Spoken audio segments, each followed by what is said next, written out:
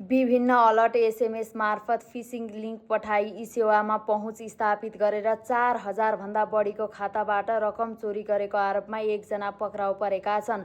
उक्त आरोपमा कञ्चनपुरको कृष्णपुर एक स्थायी घर भई काठमाडौँ अनामनगर बस्ने 22 वर्षीय राहुल बुढा पक्राउ परेका काठमाडौँ उपत्यका अपराध अनुसन्धान कार्यालय टेकुका प्रहरी उपरीक्षक अङ्गुर जीसीले जानकारी दिएका हुन्।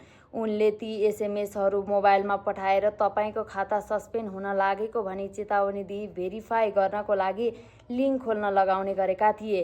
त्यसपछि सम्बन्धित व्यक्तिहरूको ई सेवा खातामा पहुँच पुर्याएर रकम चोरी गर्ने गरेको प्रहरीले उल्लेख गरेको छ।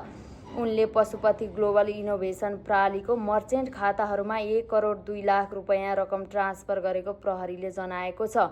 उनलाई कालीमाटीबाट पक्राउ गरी आवश्यक अनुसन्धान र कारबाहीका लागि जिल्ला प्रहरी परिसर भद्रकाली पठाइएको जीसीले जनाएका हुन्।